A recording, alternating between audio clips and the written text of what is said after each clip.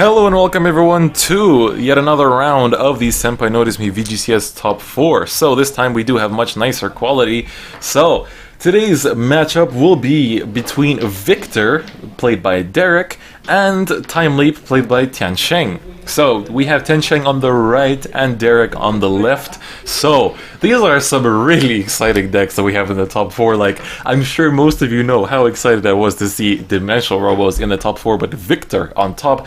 This is after GBT10 as well, so this is the Victor that I've been testing myself as well, and I think is a very strong deck. So seeing it in top 4 of the very first non-Japanese VGCS is not a surprise. I'm very happy to see that. I think it's like perfectly understandable why it is coming so high. So both players are still shuffling their decks, so you know, just setting up, and it looks like Derek is gonna go first. So and they also have their starting, well, at least Derek has a starting Vanguard in a top loader, so that's quite cool. So he does open up with the Stride Fodder, and Tian Sheng opens up with a PG, and I didn't quite catch what he drive checked. So Derek is the perfect card in the drop, and there's a Cool Hank. So I actually dropped Cool Hank, so it's quite interesting to see that being played. There's a Cubitron, and boy, they are going pretty fast. So Tian Sheng gets the crit in the damage, and there's a History Maker right, and a Caliboom. This is a lot like the other top 4 game commentated, and you can see how he had to take off the top loader as the Caliboom spun back the starter. So that was quite funny to see. And now the top loader just sitting under his Vanguard. So now Tian Sheng has searched out his Chrono Jet G. So a lot of players are playing Caliboom, and you know, it's a kind of a point of debate. I have some players saying, you know, oh, we should drop Caliboom, and some players saying no, it's still very worth. So I'm thinking the more the game progresses, it's starting to become more worth as there are more and more amazing starters coming out, like Diehawk and things like that. So now Derek rides to the old Victor, and we will be talking about his build as well in the next competitive wrap-up, but he plays 4 of the... I believe he plays 4 of the old Victor and 3 of the new one, if I'm not mistaken. So Tian Sheng's damage zone is looking quite nice. He's got the 2 triggers there, and so there's no great stalling happening here, and Tian Sheng will have the first stride, which is quite unfortunate, but he goes for something quite unexpected. Actually, it's not an upstream. That's the first point worth mentioning, but that's very interesting. So let's see what he decides to do with that. So he's gonna use his Chrono Dran to search for a Chrono Jet. So let's see how that goes. And which one? Well, it doesn't matter too much which one he takes. I'd like to say, is he gonna? Let's see. He's debating. He is debating between which one he wants to take, and he does drop a card, but no worries there. He's just checking cards in hand as well, so there's quite a few points of consideration. And also we can say, I didn't comment on it yet, but Derek does play the draw triggers as well, which is seen as quite standard now for Victor, because you do need them to drop for the PogChamp Victor, as I like to call him. So there's one of the new grade ones. I sadly forgot her name, but she was in the clan booster. So let's see what he decides to do next. So he did, there goes the Chrono Jet. He did call it behind Vanguard. So that's quite interesting. Quite an interesting series of plays so far. This is not your usual Time Leap turn. This is definitely not your usual Time Leap turn. So he swings with 11 with a LM, and let's see if Derek is going to bet on this. Or no, he's just going to drop the 5k draw trigger. So there is no TikTok, which is definitely nice to see. And he's going to search out the crit to get himself some more cards in hand, which I definitely don't blame him for. So that's a play I've been seeing more and more players make recently. Before we're just kind of like, you know, Urbitar and things like that. But, you know, quite interesting. But he does, like, there's no point searching at Urbitar because he doesn't normally have any more time leaps coming in. So he's just going to basically get another card in hand. And I think that was a heal. And there's a stance, so that's quite nice. And he's not going to stand the Caliboom. So let's see what he decides to do. Okay, he gives power to one of the back rear guards, I believe. And... okay. I think he gave the crit to the Vanguard, but he gave the powers to the back row rear guard, so that's basically it. But that did hit, so let's see. It's quite an interesting series of plays. This is like one of the most unusual Time Leap turns I've seen, which is so nice to see. So big props to Tian Sheng for showing this really entertaining play of Time Leap. This is, you know, at least in Europe, this is like, you don't get to see this very often. So I'm wondering what actually made him stride something that isn't upstream. Maybe some of the more Time Leap veterans will be able to tell me in the comments, but it is a very interesting series of plays that I am not quite familiar with.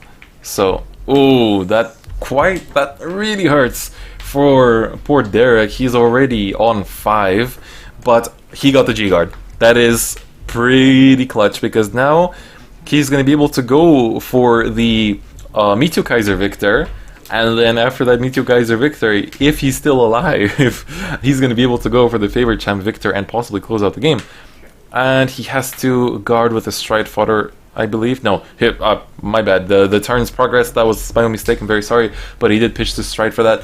But let's see what he, like, my personal instinct says he should go for the Meteor Kaiser Victor, but there are some better plays, because I'm not sure what he has in hand to make a field to have any kind of pressure with Meteor Kaiser Victor. So I think Victor Plasma is the better one here, simply because I don't think he has the right cards in hand to be able to pull off a good Meteor Kaiser Victor turn, and possibly those cards that are resting in his hand are going to be putting in all the work for guarding that next turn, so you can safely go into favorite champ and possibly have a strong kind of series of attacks. So he's going to call the Arbor Rail. So let's see what else he calls to stand with that Arbor Rail. Could it be a Butagil or a Sazanda? There's, oh, he's going to be going in. He's not playing around. Oh, he calls a Starlight Hedgehog. This is some Richard Doan level of plays here. So there's Starlight Hedgehog coming in. These are some Canadian tactics, if I may.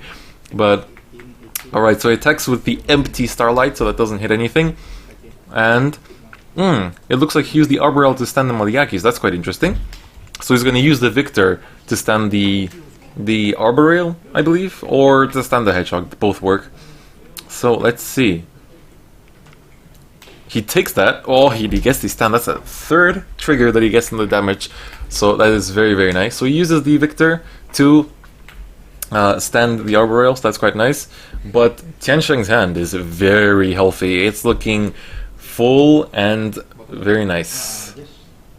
And they're just quickly explaining Hete Round, I believe, is the name of that G-Guard. And I sometimes mix up the two names of the G-Guards between this one and the other one, which is not Chronojet restricted, that also spins. But let's see. So this is, I believe, a 2 to pass, which is quite fine because Victor Plasma only has 2 drive checks. But now he's going to do the top card, and there's a Starlight Hedgehog. Damn, that is pretty nice. So, let's see what he decides to do.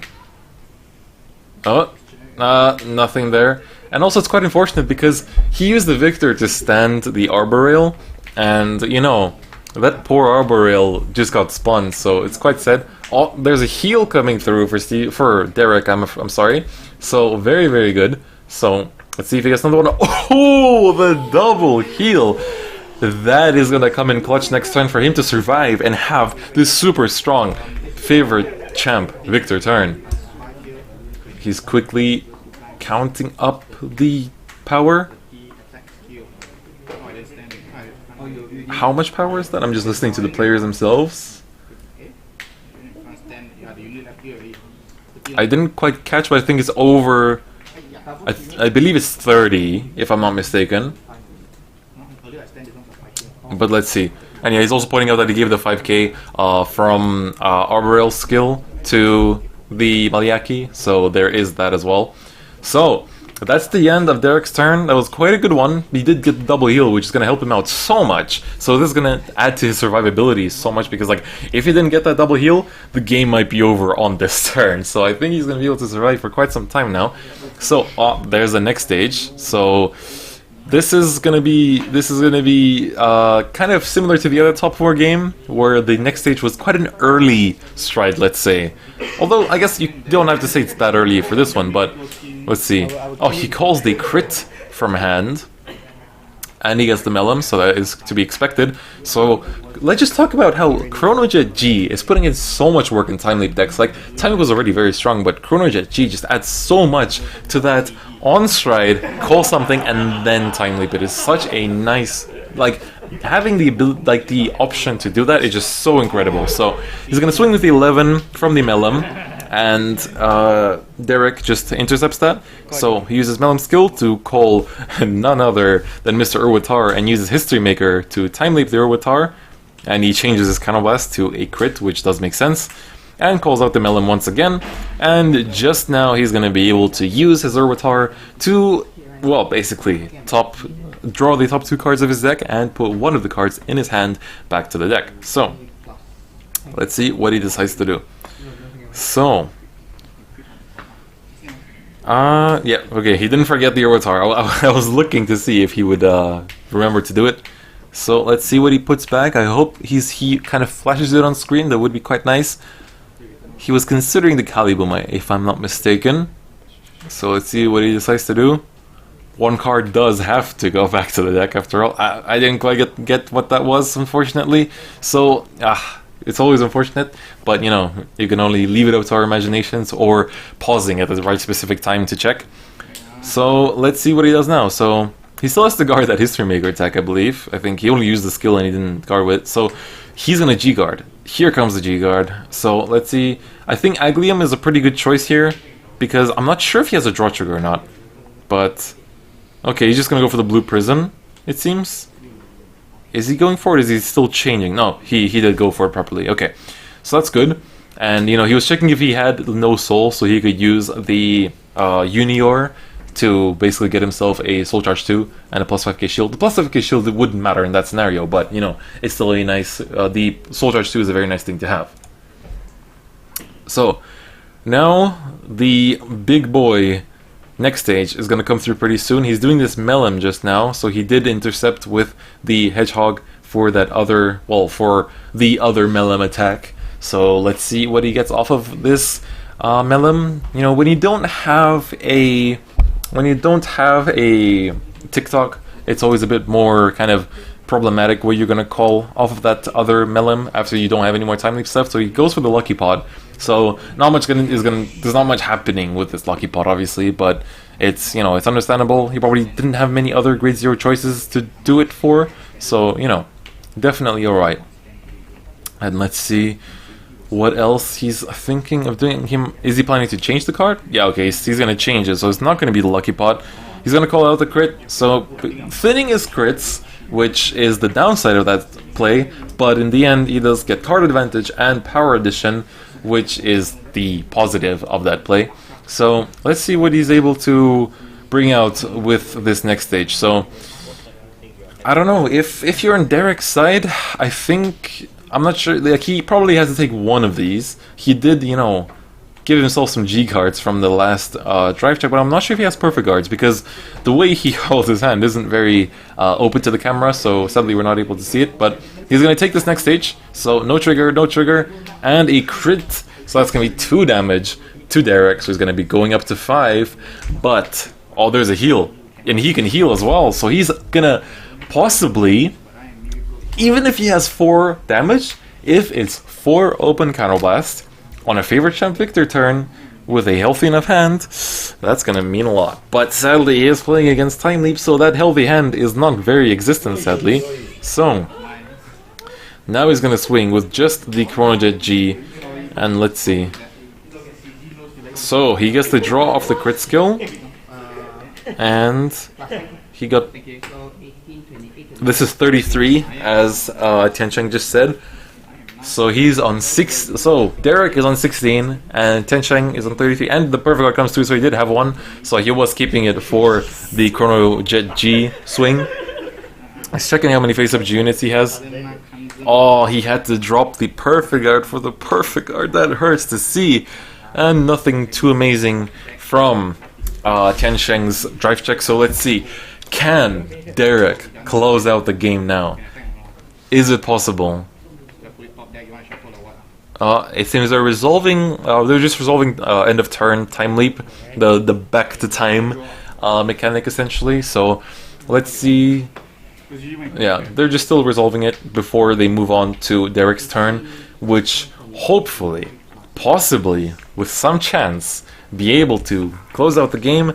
If not, then it's going to be Tian Sheng's turn once again, and that might just be the end. So let's see how this is going to end up. How is this game going to progress? Because poor Derek's hand is not looking too amazing. He was still taking the last attack, so he's now on 5 open counterblast. Let's see what he can do. Does he have a stride?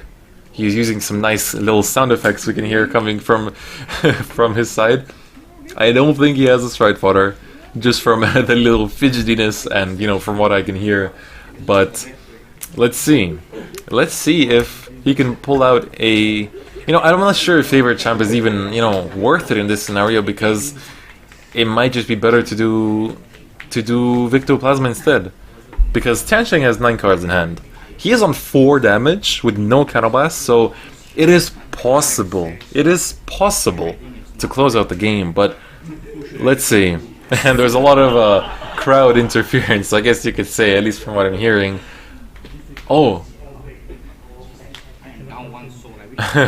He said that the top loader, he wished the top loader was his soul. So let's see if he's gonna even strike. He might just go for the victor. Damn, that's quite sad, because if he had a slightly healthier hand, obviously that's a lot to wish for against Time Leap, but if it was even a little bit better, there could be a really nice favorite champ victor turn. And I would like to know what Derek's matchups were throughout the day. I sadly don't know, but there's gonna be no striding happening, it seems.